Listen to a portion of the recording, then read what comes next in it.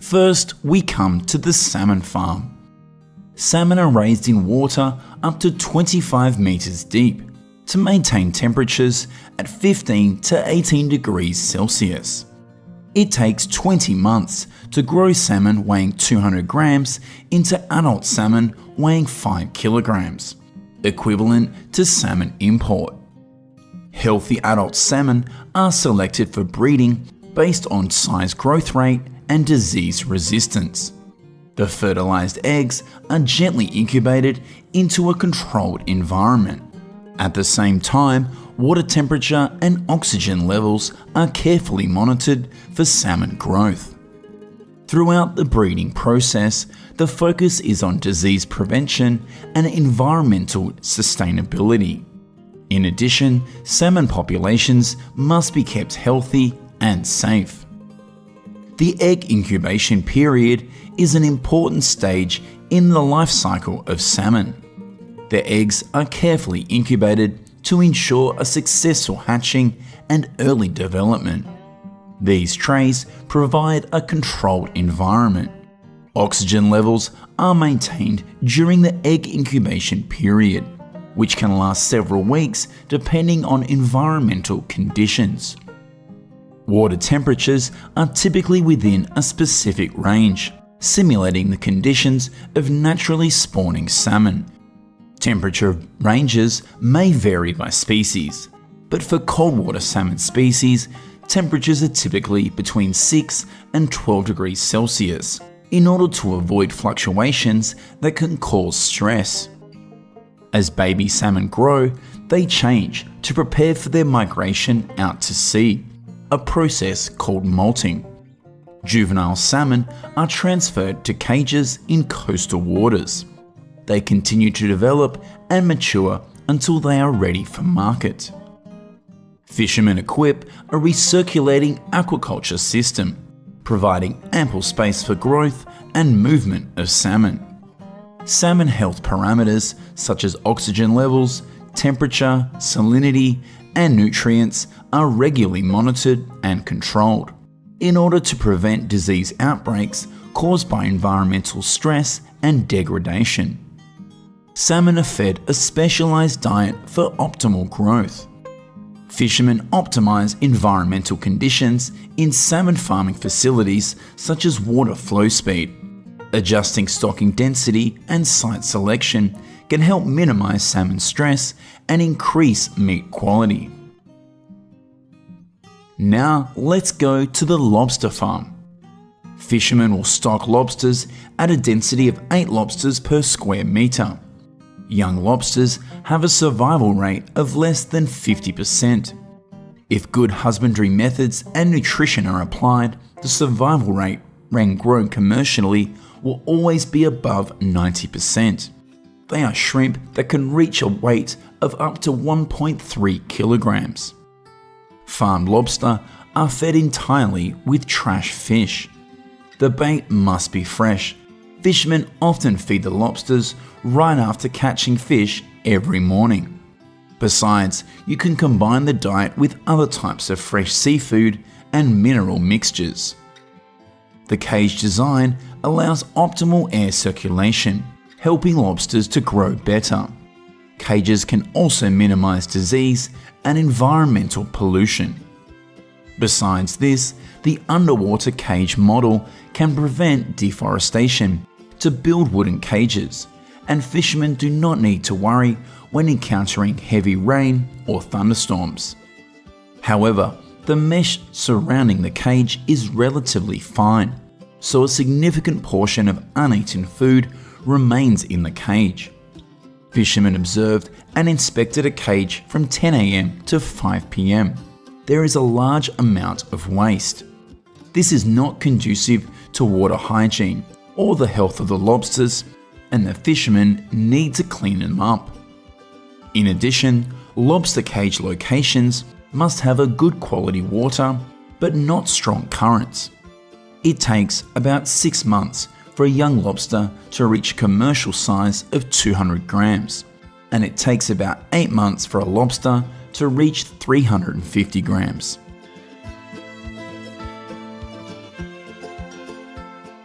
Atlantic bluefin tuna are prized for sushi, but their commercial importance has attracted overfishing and populations have plummeted by as much as 80% in some areas of the Atlantic Western Ocean.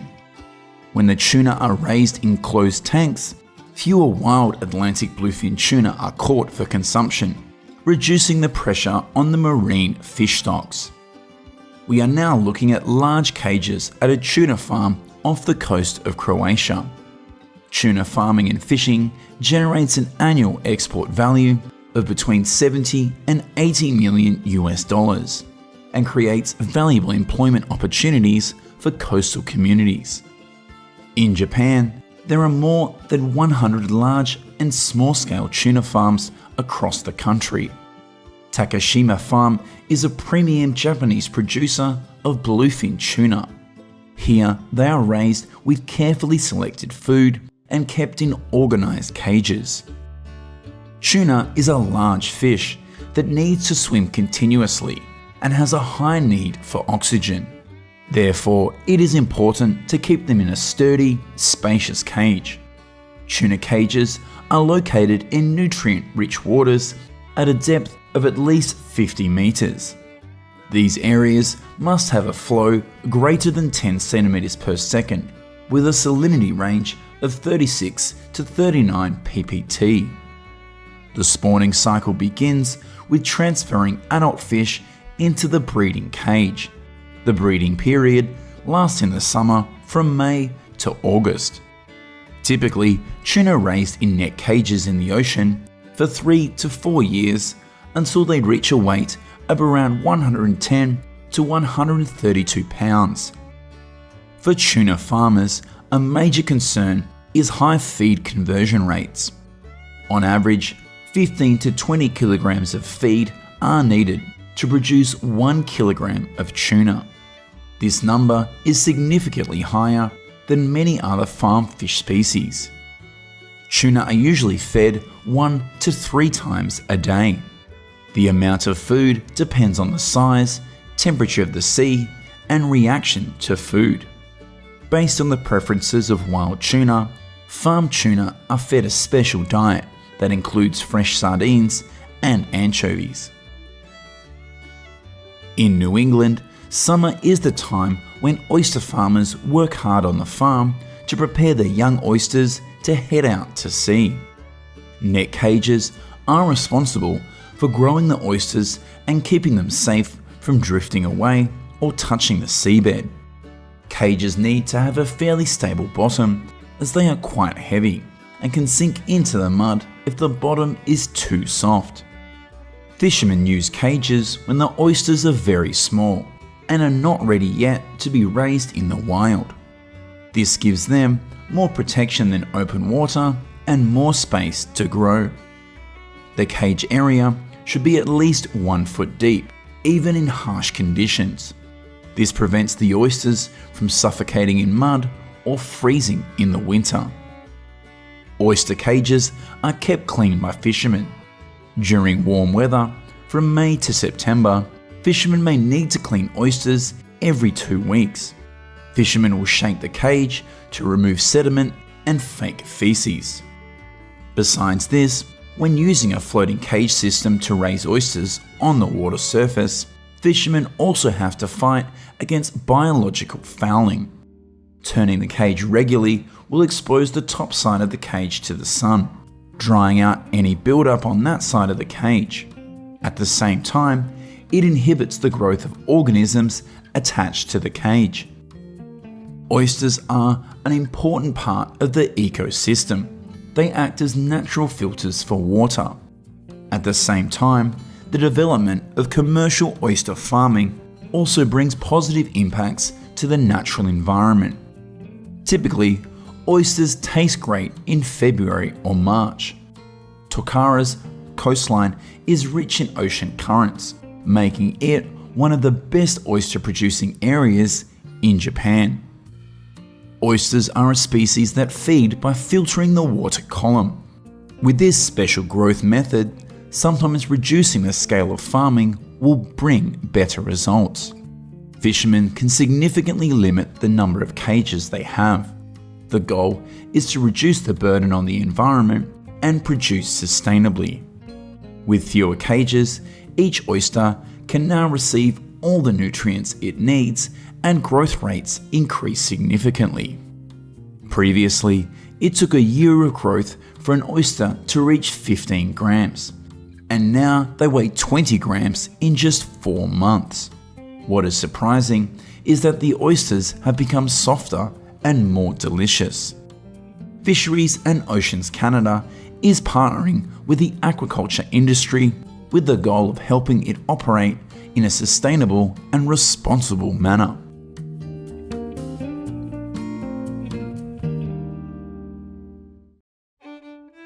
In the race to bring back animals from the brink of extinction, soft-shell turtles have become one of the most economically important turtle species.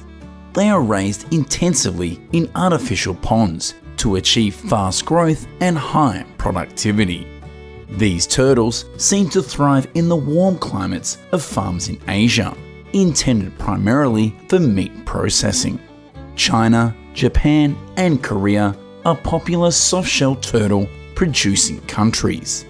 The reason for this is that the turtles are very valuable because they contain high nutritional content and have many beneficial effects for life. The meat of soft-shell turtles is considered a cure for fertility problems, cancer, and rheumatism. They are seen as a particularly 500 square meters.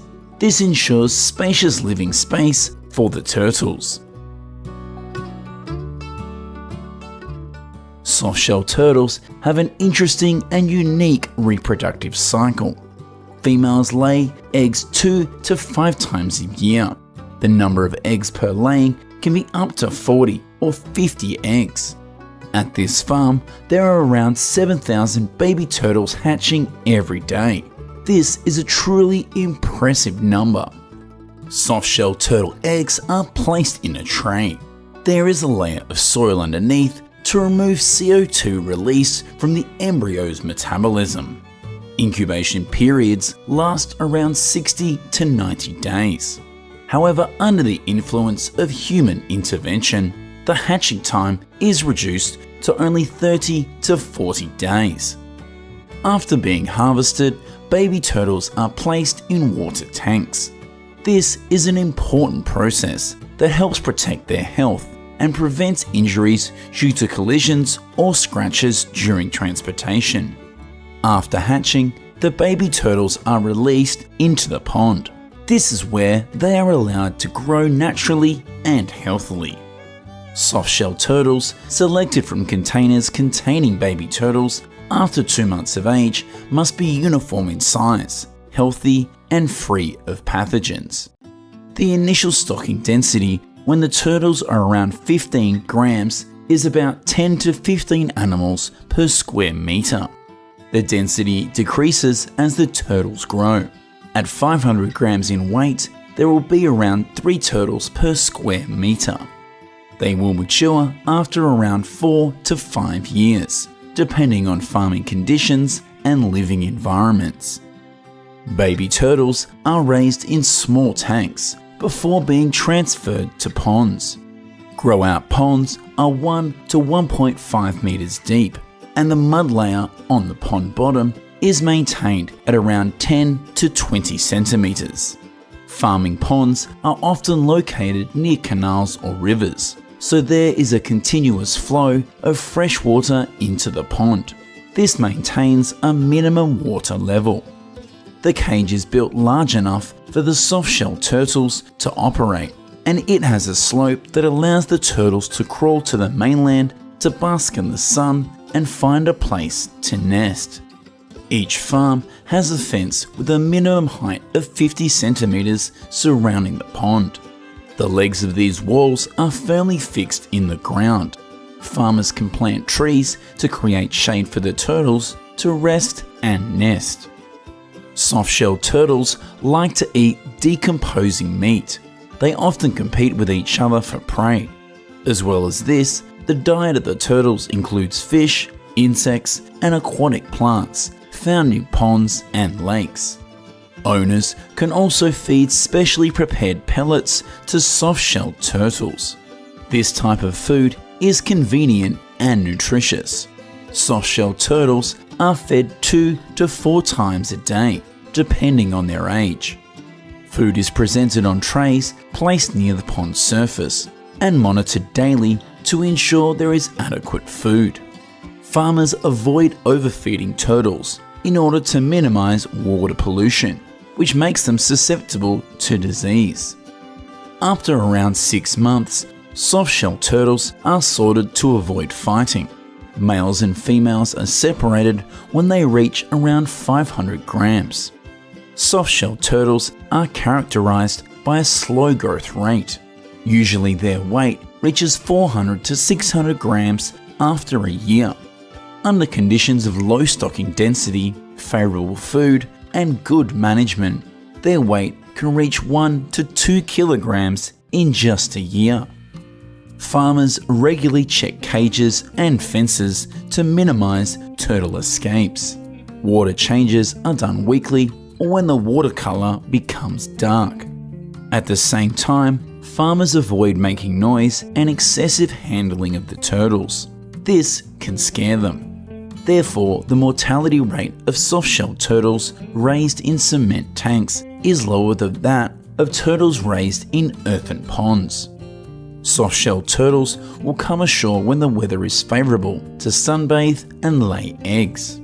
They breathe normally through their lungs, but can also absorb oxygen when submerged via the skin or passing water through membranes in their throat or cloaca. Soft-shell turtles are aggressive, like all carnivores. However, they do seem shy. They often seek refuge underwater when there is a noise or a shadow appears. When soft-shell turtles are hungry, they can become cannibals. If turtles are injured, they will be brutally attacked by other turtles. Besides modern barns, there are other methods that are popular in southern China.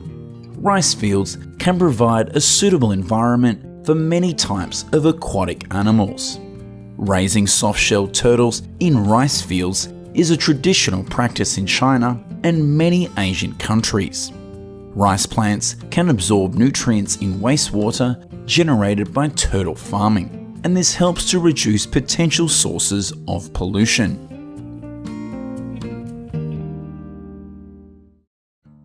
Soft-shell turtles were once animals on the brink of extinction. Somehow, China has managed to turn this animal into a bright spot in the country's economic development. After 12 to 16 months of stocking into ponds, farmers can begin harvesting.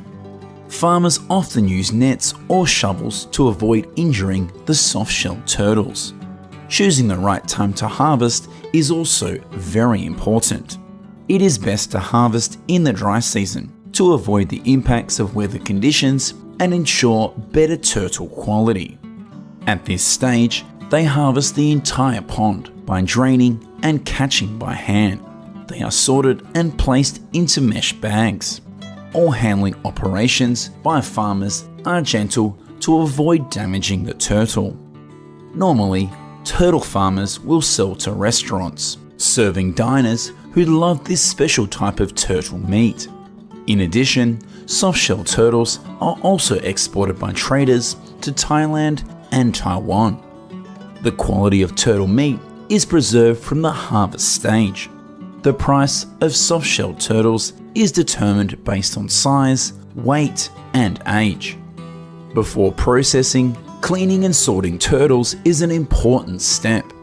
With a delicious flavor, soft-shell turtle meat can be processed into many attractive dishes. In Japan, soft-shell turtles are commonly raised in Hamana Lake. This is an area with a warm climate and abundant food. In addition, it is conveniently located between Tokyo and Osaka, two major consumption areas. From November to March, soft-shell turtles hibernate in pond mud. During that time, they do not eat food, so they grow slowly. Usually, it takes around 3 to 4 years for them to develop to harvesting size. When they reach the weight of 600 grams to 1 kilogram, they are eligible for harvest and distribution to the market. Hattori Nakamura Turtle Farm currently ships tens of thousands of soft-shell turtles across the country each year.